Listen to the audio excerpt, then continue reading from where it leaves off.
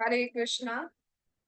ओम नमो भगवते वासुदेवाय। ओम नमो भगवते वासुदेवाय। ओम नमो भगवते वासुदेवाय। हम लोग श्रीमद् भागवतम कैंटो 6 चैप्टर 1 आज स्टार्ट कर रहे हैं। और बेसिकली जो सीरीज स्टार्ट की गई है ये नाम महिमा के ऊपर स्टार्ट की गई है। हम लोग जो चैंटिंग करते हैं उसका कितना इम्पोर्टेंस है, उसकी जितनी ग्लोरीज की जाए वो कम है। और एक कैरेक्टर है जो आपको दिख रहा है, टाइटल अजामिल। अजामिल का जब हम इतिहास सुनेंगे, उनके जीवन की जब हम स्टोरी सुनेंगे, तब हम समझ पाएंगे कि वास्तव में भगवान के पवित्र नामों का जाप करने से क्या होता है। और अगर अजामिल जैसे व्यक्ति का उद्धार हो सकता है तो डेफिनेटली हमारा भी उद्धार हो सकता है। तो हमारे लिए सीरीज बहुत ही ज्यादा इंपॉर्टेंट है। इसको दैन से समझते हुए करिएगा। और जो चीज सीख है, मैं भी प्रे कर रही हूँ कि हम कल के जप में उसको अप्लाई करें, सो दैट हमारा जप सुधरे। क्योंकि जप हरे नाम हरे नामेव केवलम कलौ नास्तेव नास्तेवा नास्तेवा गतिर अन्यथा। हरि का नाम हरि का नाम हरि का नाम ही सब कुछ है और कोई गति नहीं है इस कलयुग में। तो उसको हम प्रयास करते हैं। ठीक। तो सिक्स्थ कैंटो आज हम स्टार्ट कर रहे हैं। इसके स्टार्टिंग सिक्स्थ कैंटो से पहले कौन सा कैंटो होगा? Fifth canto of course. Fifth canto का जो लास्ट चैप्टर है दैट इज चैप्टर नंबर 26। वो चैप्टर है जिसमें नरकों का वर्णन किया गया है। हम लोग ये सीरीज भी कंप्लीट कर चुके हैं, जिसने नहीं सुनी है तो वो वहां जाके सुन सकते हैं उस प्लेलिस्ट से। उसमें 28 प्रकार के नरकों का वर्णन श्रील सुखदेव गोस्वामी ने महाराज परीक्षित को किया कि कैसे कैसे जीवात्मा एक पाप के बदले उसको कौन कौन से नरकों में जाना पड़ता है। और ऐसा नहीं है कि व्यक्ति को सिर्फ एक नरक में जाना पड़ेगा, हर पाप के लिए उसे अलग अलग नरकों में जाना पड़ता है और भोगना पड़ता है। तो जब परीक्षित महाराज ने ये सुना कि मनुष्यों को नरक में जाना पड़ता है और नरक में जाकर कैसी कैसी यातनाएं सहनी पड़ती है, मतलब ऐसी यातना जो मतलब जिसे सुनने मात्र से प्राण जा सकते हैं, समझने मात्र से। और वहां पे हमें यातना शरीर मिलता है जिसमें जो हमें कष्ट होता है, जो हमें प्रॉब्लम होती है, जो हमें दर्द होता है, जो हमें एक्सपीरियंस होता है, जो हमें फील होता है पेन, वो इस टाइम के शरीर से मल्टीप्लाई 100 कर लीजिए। मतलब अगर एक पिन हमें ऐसे चुबाई जाए तो उसमें जो पेन होगा उसका मल्टीप्लाई अगर हम 100 करेंगे, उसमें उतना पेन जो होता है वो हमें यातना शरीर में प्राप्त होता है। तो जब महाराज परीक्षित ने नरकों का वर्णन सुना और उनमें दी जाने वाली यातनाओं का वर्णन सुना तो वो बहुत ज्यादा दुखी हो गए और उनके हृदय में दया आ गई। ये एक भक्त का पहचान है, एक भक्त का चरित्र होता है कि उसके हृदय में सहज ही दया होती है सबके लिए। तो जब ऑल दो वो नहीं जाने वाले थे नरक, लेकिन वो जानते हैं कि मनुष्यों का क्या हाल है। तो जब उन्होंने ये सुना तो उनके हृदय में बहुत दया आ गई, बहुत दुखी हो गए वो। इसलिए वो अब उपाय पूछ रहे हैं कि मनुष्य क्या करे, ऐसा क्या करे। अब मनुष्य पाप तो हो गए हैं हमसे, हम सबसे पाप हो चुके हैं। तो अब हम ऐसा क्या करें सो दैट हम नरक ना जाए। कोई ऐसा है जिसने पाप नहीं किया हो? ऑब्वियसली नो, वरना ये शरीर नहीं होता हमारे पास। डेफिनेटली। तो अब पाप तो हमने कर लिए हैं, तो अब क्या क्या ऐसा कुछ है, कोई उपाय बताइए सुखदेव गोस्वामी, सो दैट मनुष्यों को नरक जाने से रोका जा सके, उनको जो यातनाएं मिलने वाली हैं एक नरक में नहीं कितने कितने नरकों में, उससे बचाया जा सके। इस धरती पर लोक में ही हमने सुना है कि कुछ लोग कहते हैं कि स्वर्ग नरक कुछ नहीं होता है, सब यही है वही है। तो इस जगत को दिखाने के लिए भी परीक्षित महाराज जी पूछ रहे हैं कि इससे पहले वाले उसमें पूछा था कैंटो में कि नरक कहाँ पर है। क्या वो इसी पृथ्वी लोक पर है? जैसे पृथ्वी लोक पर अलग अलग देश है, अमेरिका है, दूसरा देश है, इंडिया है, दूसरा देश है। तो ऐसे क्या नरक भी एक देश है, या इस ब्रह्मांड के अंदर है, या इस ब्रह्मांड के बाहर है? कहाँ पर है नरक? तो उसमें सुखदेव गोस्वामी ने बताया था कि पृथ्वी के दक्षिण दिशा की तरफ जो है, इस ब्रह्मांड के अंदर ही, इस पृथ्वी लोक पर नरक नहीं है, लेकिन इस ब्रह्मांड के अंदर ही नरक है। पृथ्वी से दक्षिण दिशा की तरफ हम जब जाते हैं तो गर्भ सागर के ऊपर जो है वो नरक मिलता है।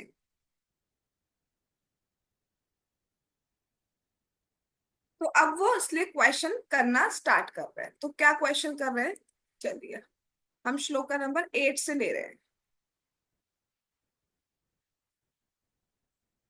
अधुनेहा महाभागा यथैव नरकान्नरः नानोग्रयात् नानेयात् तन्मे व्याख्यातुमर्हसि। अनुवाद और तात्पर्य बाय जगत गुरु श्रीला प्रभुपाद। हे परम भाग्यशाली तथा ऐश्वर्यवान श्रील सुखदेव गोस्वामी, अब आप कृपा करके मुझे बतलाएं कि मनुष्यों को किस तरह उन नारकीय स्थितियों में प्रवेश करने से बचाया जा सकता है जिनमें उन्हें भीषण यातनाएं सहनी पड़ती हैं। तो यहाँ पर श्रीला सुखदेव गोस्वामी को परीक्षित महाराज बहुत भाग्यशाली कह रहे हैं और बहुत ऐश्वर्यवान कह रहे हैं। तो ये जो स्पेशली उनको संबोधन किया गया है वो इसलिए किया गया है कि कह रहे हैं आप सबसे बड़े भाग्यशाली हैं। भाई क्यों हैं हम सबसे बड़े भाग्यशाली? हम सबसे बड़े आप सबसे बड़े भाग्यशाली इसलिए है क्योंकि आप भगवान की भक्ति में आसक्त हैं। और सबसे बड़ा भाग्य भाग्य यही है कि भक्ति कर पा रहे हैं। हम तो कुछ कुछ भक्ति कर पा रहे हैं तो हम भाग्यशाली है, वो तो पूरी तरह से भगवान की भक्ति में आसक्त है।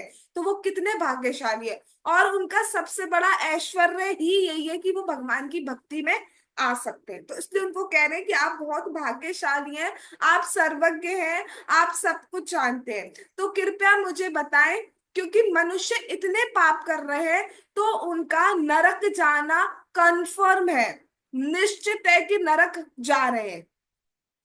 तो अब ऐसा कुछ उपाय बताइए कि उनको नरक जाने से रोका जा सके। पाप हो चुके हैं, अब क्या करा जाए सो दैट नरक जाने से बचा जा सके। और जो वहां पे बहुत पेन सहना है, बहुत यातनाएं सहनी है, वो उनको उससे बचाया जा सके। क्योंकि जैसा आपने नरकों का वर्णन किया है कि सिर्फ एक झूठ बोलने से, सिर्फ एक ऐसा करने से, तो उस हिसाब से तो पूरी पृथ्वी खाली हो जाएगी, कोई भी ऐसा नहीं है जो नरक जाने से बच पाएगा।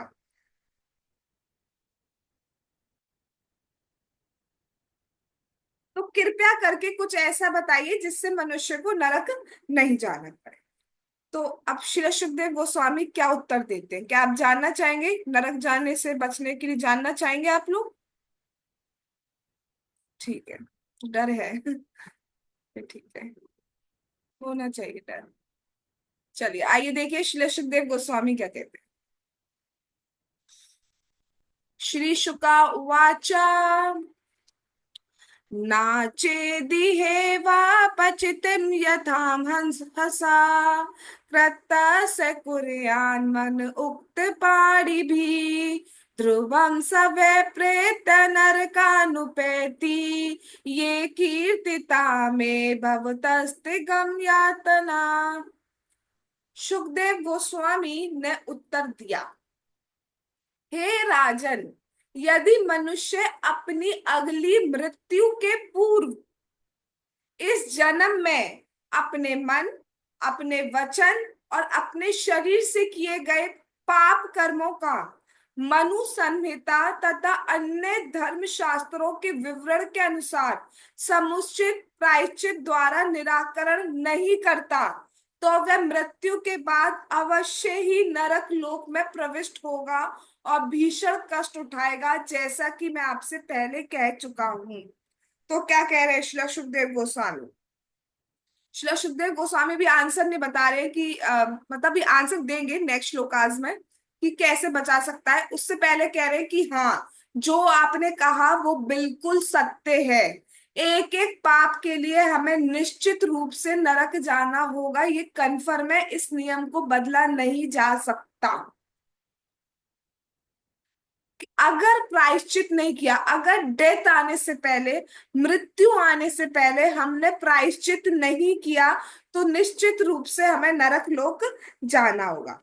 यहाँ पे वर्णन किया गया है, मनुष्य तीन टाइप से पाप करता है, तीन तरीके से पाप करता है। पहला पाप होता है अपने मन में वो पाप करता है, ऐसा है, ऐसी है, ये हो जाए, उसको वो हो जाए, उसको मन कर रहा है मार दूं उसको, मतलब फेफड़े बाहर निकाल दूं, वट एवर। और दूसरा होता है वचन।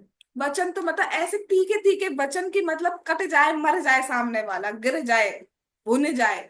ऐसा कहा जाता है कि ब्राह्मण को या भक्त को ऐसे वचन बोलने चाहिए जो सामने वाले को प्रिय लगे। अब कभी कभी ऐसा भी सिचुएशन आ जाती है कि चलो उसको छोड़ते हैं, हाँ। तो प्रिय वचन बोलने चाहिए, तो वचन के थ्रू भी पाप हो सकता है। आप किसी को अब्यूजिव लैंग्वेज यूज कर रहे हो या गलत बोल रहे हो तो वो होता है।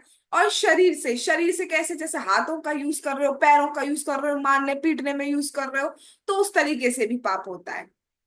या हाथों का यूज करके पशु वध कर रहे हो, या नॉनवेज खा रहे हो, उससे भी तो हाथों का यूज करके ही खाओगे। तो मन, वचन और शरीर, तीन टाइप से हम पाप करते हैं, और हम तीनों टाइप के पाप कर रहे हैं हम सभी।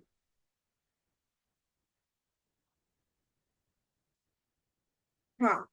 तो ठीक है, कलयुग में एक फैसिलिटी टाइप दी गई है कि मन में किया गया पाप नहीं जाता, नहीं लगता है, बाकी तीनों युगों में लगता है। तो लेकिन एक बार महाराज जी से किसी ने पूछा कि मन में तो पाप लगता नहीं है, तो मन में तो बोल दें किसी के बारे में कुछ। तो महाराज जी ने कहा कि चित्त तो अशुद्ध होगा ना, हमारे अंदर चित्त में कंटामिनेशन तो आएगा ना। तो इसलिए मन से भी हमें कोशिश करना है कि हम पाप ना करें, मन में भी किसी के बारे में कुछ ना करें, वचन में भी ना करें, और शरीर से भी ना करें, किसी भी तरीके से ना करें। अच्छा, दूसरी बात, एक बहुत अच्छी बात जो मुझे नहीं लगता आज तक आप लोगों ने सुनी होगी, जो मुझे आज महाराज जी के मुख से सुनने को मिली। नरक, इस वर्ड को अगर हम ब्रेक करेंगे तो नर प्लस का, दैट इज व्हाट नरक का मतलब क्या है, नरों के द्वारा किए जाने वाले कार्यों के बाद जो स्थान जहां जाता है, के बाद जहां जिस स्थान में जाया जाता है। तो बेसिकली नरक जो है वो नरों के लिए है, मतलब मनुष्यों के लिए। नर का मतलब ये नहीं है कि मेल ले लो, या मतलब मेल्स को ले लो, फीमेल को। नर का मतलब सब आ जाते हैं, मेल फील, मनुष्यों की बात हो रही है, पशु पक्षियों की बात नहीं हो रही है। पशु पक्षियों को नरक नहीं मिलता है, क्योंकि मनुष्य ही कर्म करता है, इसलिए मनुष्यों को ही नरक मिलता है। पशु पक्षी ये सारी जो योनियां हैं, इनमें इनको भोगना पड़ता है, सिर्फ इनके कर्म नहीं बनते। केवल मनुष्य जीवन ही ऐसा है जिसमें पाप पुण्य के थ्रू आप स्वर्ग नरक जा सकते हैं, और भक्ति करें तो पार भी पा सकते हैं। तो नरक का मतलब क्या है, नरों के द्वारा किए जाने वाले कार्यों वाला प्लेस, जहाँ पे उनका लेखा जोखा होता है। हाँ, ऐसा महाराज जी बता रहे थे कि इस पृथ्वी पर भी दो नरक हैं। कोई बता सकता है कि इस पृथ्वी पर कौन से दो नरक हैं? ठीक है, मैं ही बताती हूँ। पहला नरक है हॉस्पिटल। हॉस्पिटल एक नरक से कम नहीं है। कहाँ कहाँ उसको मतलब इंजेक्शन लगाया जा रहा होता है, वो बेचारा डर रहा होता है, तो जो नर्स होती हैं वो ऐसा हाथ पटकती हैं कि ये इसमें क्या है, मतलब उस किसी को कोई पहली बार अगर जा रहा है तो, और मतलब उसको शर्म भी आ रही है, नहीं नहीं तो उसमें क्या है, इसको हटाओ तो हटाओ। और महाराज जी एक बात और कह रहे थे, जो नरक में जाते हैं वहां पे तो क्या होता है कि यमराज जी केवल प्राण लेते हैं। यहाँ पे तो क्या है कि जब आप ठीक भी हो गए तो उसके बाद बिल को देख के वैसे ही प्राण निकल जाते हैं। तो यहाँ प्राण भी जाते हैं और धन भी जाता है, वहां तो प्राण ही प्राण जाते हैं। तो ये वाला नरक तो और भी भयंकर है। दूसरी बात, दूसरा नरक है यहाँ पर जेल। जेल में क्या सिचुएशन होती है, किस टाइप का कष्ट होता है, वो सोच भी नहीं सकते हम। तो दो टाइप के नरक है, लेकिन वहां का जो नरक है उसमें तो बहुत भयंकर यातना दी जाती है। एक एक पाप के लिए, छोटे से छोटे पाप के लिए बहुत बड़ी बड़ी यातनाएं दी जाती है। बड़े बड़े पापों का तो सोचना ही क्या। किसी का कुछ चुरा लिया है तो उसके लिए सजा है। अ, दूसरी पराई स्त्री पुरुष पे गए तो उसकी तो भयंकर सजा है। शराब पी है, पशु वध किया है, अ, गुरु किसी की हत्या आदि, मतलब बहुत अनेक इतने इतने पाप हैं कि सबके लिए कष्ट है।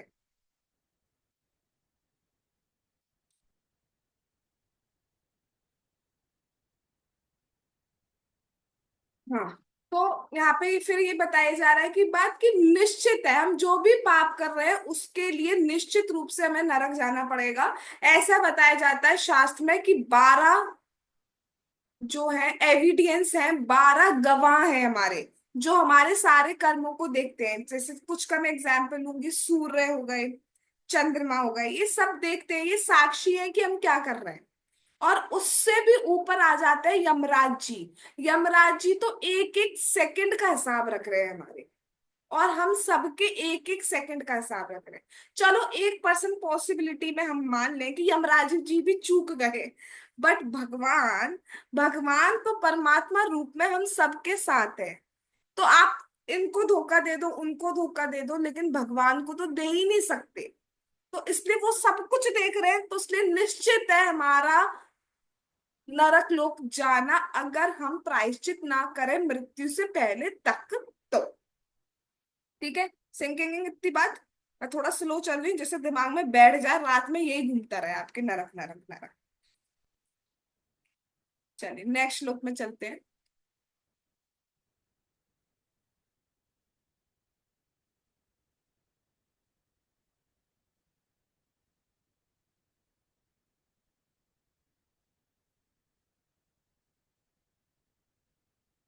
आगे क्या कह रहे हैं शिला सुखदेव गोस्वामी।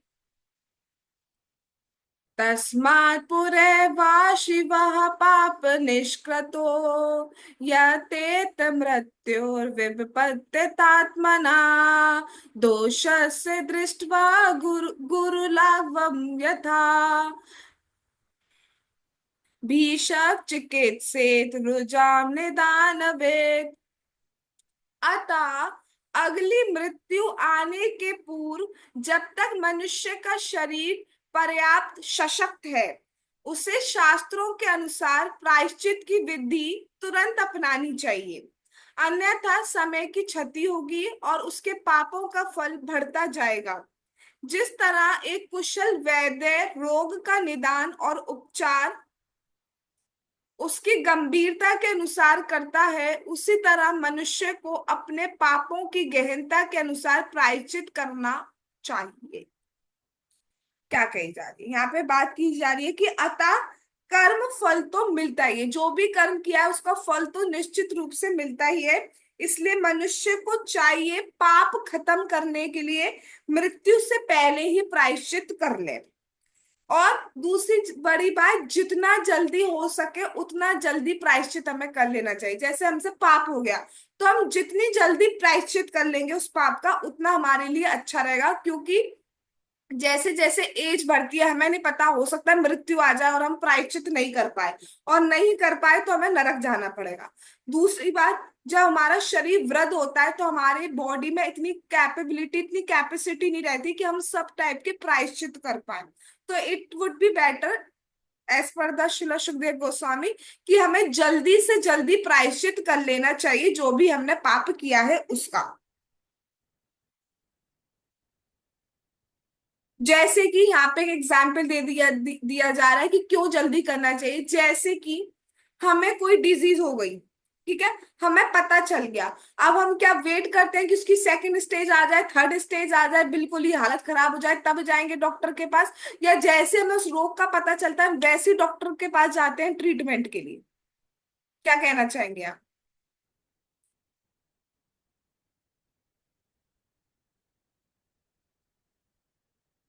मैं भी म्यूट करके बोलूं, सब समझ लेना आप लोग भी। जैसे पता चलता है वैसे जाएंगे, तुरंत तुरंत। हाँ वेरी गुड। तुरंत जाएंगे, क्योंकि अगर हमें जल्दी ठीक होना है और कम पैसे में ठीक होना है, कम कष्ट सहते हुए ठीक होना है, ठीक होना है, तो हमें जल्दी ही जाना पड़ेगा, हम वेट नहीं करेंगे। ऐसी जो पाप का प्रायश्चित है, अगर हमें पूरा प्रायश्चित कर लेना है, कम उसमें ज्यादा बहुत बड़ा नहीं करना पड़े, तो उसके लिए हमें जल्दी से जल्दी प्रायश्चित कर लेना चाहिए। क्योंकि बाद में दवा भी काम नहीं कर पाती है। और उसके साथ ही साथ जैसा रोग होता है वैसी दवाई दी जाती है। फॉर एग्जाम्पल कोल्ड हो गया, तो कोल्ड के लिए 2 टैबलेट 3 टैबलेट हमें दे दी जाएगी। अब किसी के कुछ लाइक सपोज किसी को हार्ट अटैक हो गया, तो उसका जो ट्रीटमेंट होगा वो थोड़ा मतलब टफ ट्रीटमेंट होगा। अब मुझे जो समझ में आया मैंने वो डिजीज बोल दी है। ठीक है, तो अब वो बीमारी भयंकर हो गई उसके कंपैरिजन में, तो उसका जो ट्रीटमेंट है वो थोड़ा सीरियस होगा और थोड़ा कठिन होगा। ऐसे अगर छोटा पाप है तो हमें छोटा प्रायश्चित करना होता है, बड़ा पाप है तो हमें बड़ा प्रायश्चित करना होता है। ये नहीं बड़े पाप का इतना सा प्रायश्चित कर लो, हमने प्रायश्चित कर लिया भाई, नहीं जी नहीं।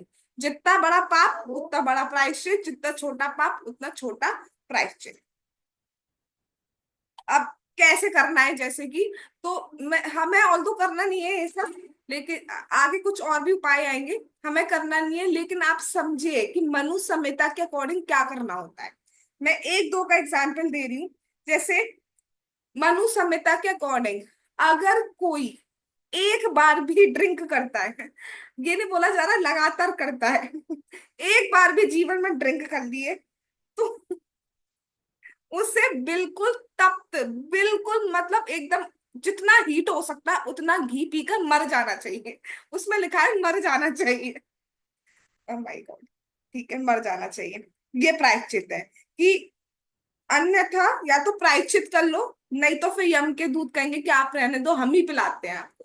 हम क्या पिलाएंगे, वो लेंगे लोहा और उसको पिघलाएंगे, गर्म लोहे को पिघलाएंगे, वो बिल्कुल लिक्विड टाइप का लोहा बन गया एकदम गर्म, उसको जबरदस्ती पिलाया जाएगा। तो या तो प्रायश्चित कर लो, नहीं तो ये करना है। ठीक है, इस संहिता के अकॉर्डिंग हमको ये नहीं करना है। ठीक है, तो ये मतलब आप समझ रहे हो कितना टफ है प्रायश्चित, तब जाके आपको नरक नहीं मिलेगा। आपको मतलब हमको नरक नहीं मिलेगा। एक और दूसरा एग्जाम्पल देती हूँ। जैसे हमने किसी का गोल्ड चुरा लिया है, तो सबसे पहले तो हमें उसके पास जाना होगा जिसको चुराया है प्रायश्चित करने के लिए। उससे उसे बताना होगा हमने क्या करा है, उससे क्षमा याचना करनी होगी, उसका रिटर्न करना होगा, और उसके बाद हमें बहुत सारा दान देना होगा लोगों को। इस टाइप से करना होगा। ये सब इतना इतना है, ये तो मैंने कुछ एग्जाम्पल दिए, बाकी अगर मैं पापों के वर्णन करने बैठ जाऊं तो पापों में ही चला जाएंगे दिन। तो इसलिए मैंने कुछ समझाने के उस पर बताया है कि मनु संहिता के अकॉर्डिंग कितना कितना प्रायश्चित हमें करना होता है, जितना बड़ा पाप उतना बड़ा प्रायश्चित। पशु वध के लिए तो पता नहीं कितना ही क्या प्रायश्चित होंगे। और पर स्त्री पर पुरुष के लिए क्या ही प्रायश्चित होंगे। ये जो पाप है वो बहुत ही भयंकर होते हैं। गुरु पत्नी पर दृष्टि के क्या पाप होते हैं, ये सब बहुत भयंकर। ब्राह्मण हत्या, गौ हत्या, ये सब बहुत भयंकर पाप होते हैं। तो इनका इनसे हमें बचना चाहिए। ठीक है। ठीक है। ठीक है, तो अभी उन्होंने कहा है, अ, अभी श्री सुखदेव गोस्वामी ने बताया कि मनुष्य को अ, अपने हर पाप के लिए बहुत सारे प्रायश्चित करने पड़ते हैं। जैसा पाप है, जो बड़ा है छोटा है, उस टाइप का प्रायश्चित करना पड़ता है।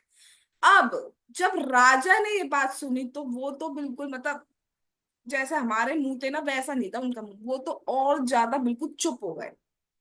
ये क्या हुआ, ये क्या हुआ, ऐसा प्रायश्चित करेंगे तो पहली हार मान लेंगे। तो उनको पता है राजा को हम जैसे लोग कैसे हैं, तो इसलिए अब क्या कह रहे हैं। श्री राजा उवाच दृष्टुताभ्याम यत् पापम जाननपि आत्मनो हितम करोति भूयो विवश प्रायश्चित तमतो कथम। कह रहे हैं, राजा कह रहे हैं, महाराज परीक्षित ने कहा कि मनुष्य को जानना चाहिए कि पाप कर्म उसके लिए हानिकारक है, क्योंकि वह वस्तुतः ये देखता है कि अपराधी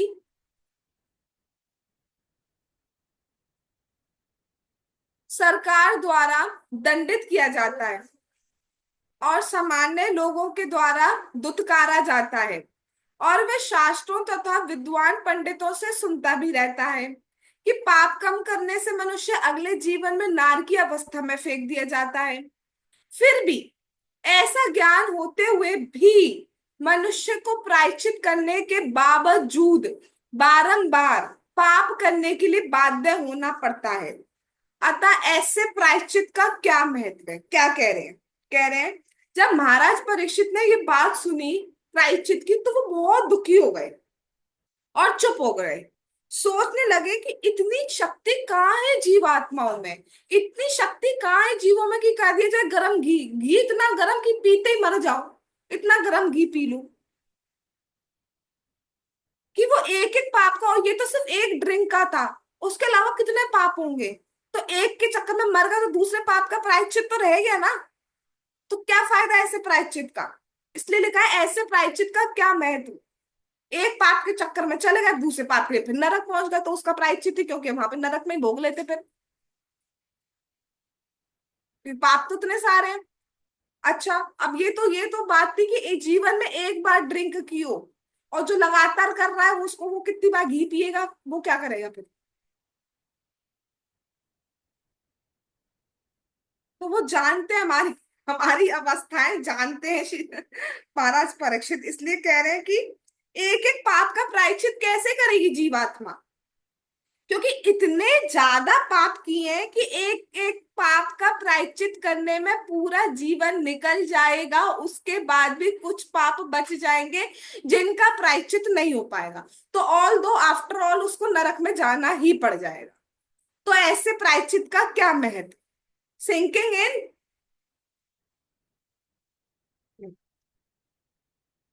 और कहते हैं इस संसार में व्यक्ति देखता भी है और सुनता भी है। देखता है कि कोई अगर पाप कर रहा है, हिंसा कर रहा है, चोरी कर रहा है, तो सरकार उसे दंड देती है, राजा उसे दंड देता है, उसे कारागार में डाल देता है, उसे फांसी की सजा दे देता है। लेकिन फिर भी लोग देखने सुनने के बाद भी अपराध कर रहे होते हैं, देखने सुनने के बाद भी पाप कर रहे होते हैं। तो क्या फायदा है ऐसे प्रायश्चित का।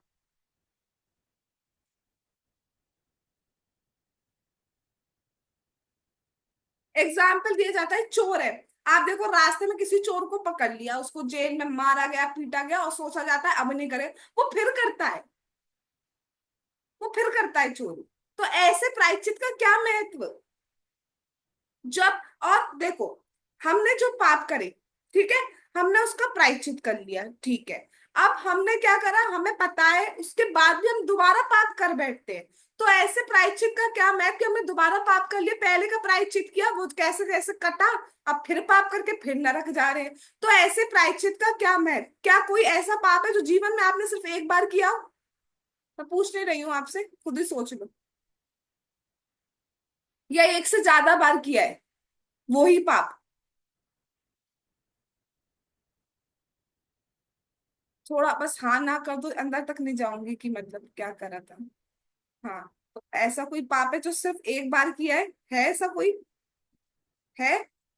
अच्छा, ठीक है, चलिए आगे चलते हैं।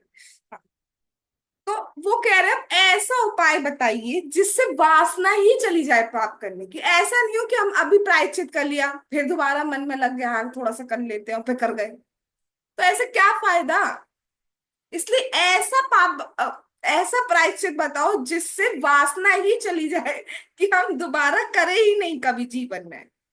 सही बात है या नहीं। वासना जाएगी तभी होगा ना कि हमसे दोबारा पाप नहीं होगा, और हम मतलब वो हो जाएंगे, यस अब हम नहीं जा रहे नरक।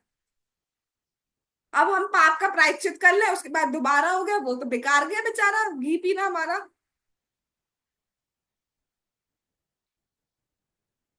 और पाप तो होते रहेंगे, नरक जाना निश्चित रहेगा ही, तो फायदा क्या है। इसलिए श्री सुखदेव गोस्वामी जी कृपा करके ऐसा उपाय बताइए जिससे मनुष्य की जो पाप वासना है, जो पाप करने की इच्छा है, वो ही खत्म हो जाए, सो दैट वो दोबारा पाप ना करे और नरक जाने से बच जाए।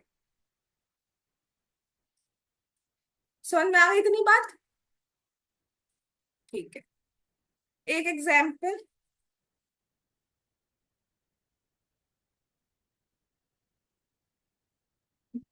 एक श्लोक और देते हैं।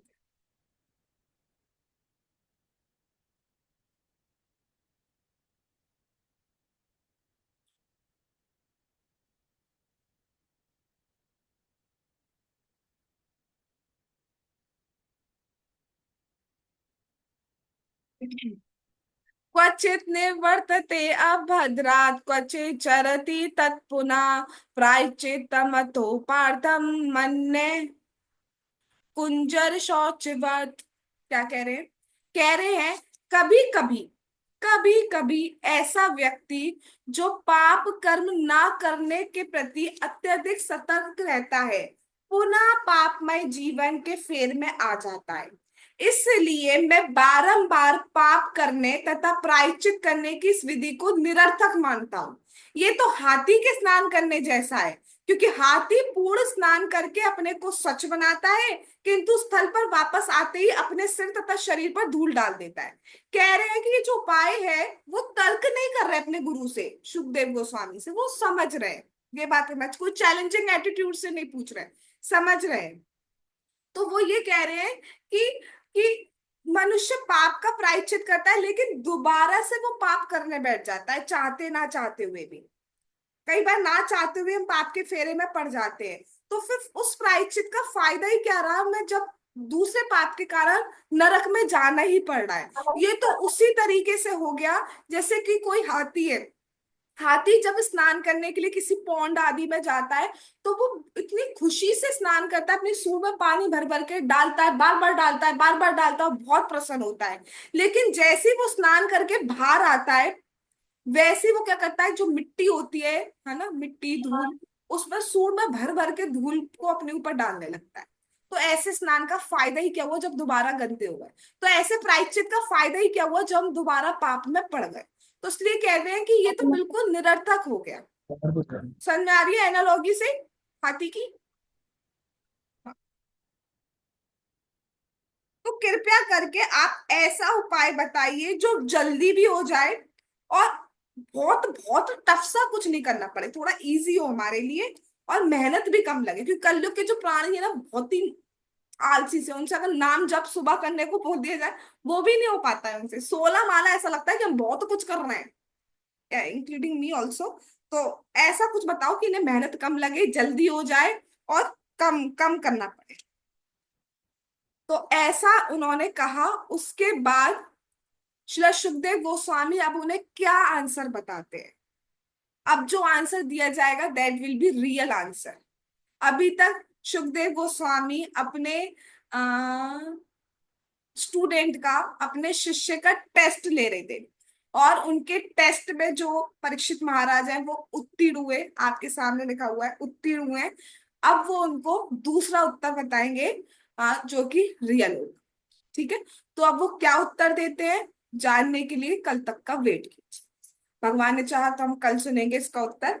जगत गुरु शीला प्रभुपाद की जय, श्रीमद् भागवतम महापुराण की जय, श्री श्री गौर निताई की जय, श्री श्री कृष्ण बलराम की जय, श्री श्री ललिता विशाखा राधे श्याम की जय, श्री वृंदावन धाम की जय, हरे कृष्ण महामंत्र की जय, श्री जगन्नाथ श्री बलदेव श्री सुभद्रा महारानी की जय, नीताई गौर प्रेमानंदे हरि हरि बोल। हरे कृष्णा कृष्णा कृष्णा हरे हरे, हरे राम राम राम हरे हरे। वंशा कल्पतरुभ्यश्च कृपा सिन्धुभ्येव च पतितानां पावनेभ्यो वैष्णवेभ्यो नमो नमः। All glories to assembled devotees. Hare Krishna. Thanks for coming.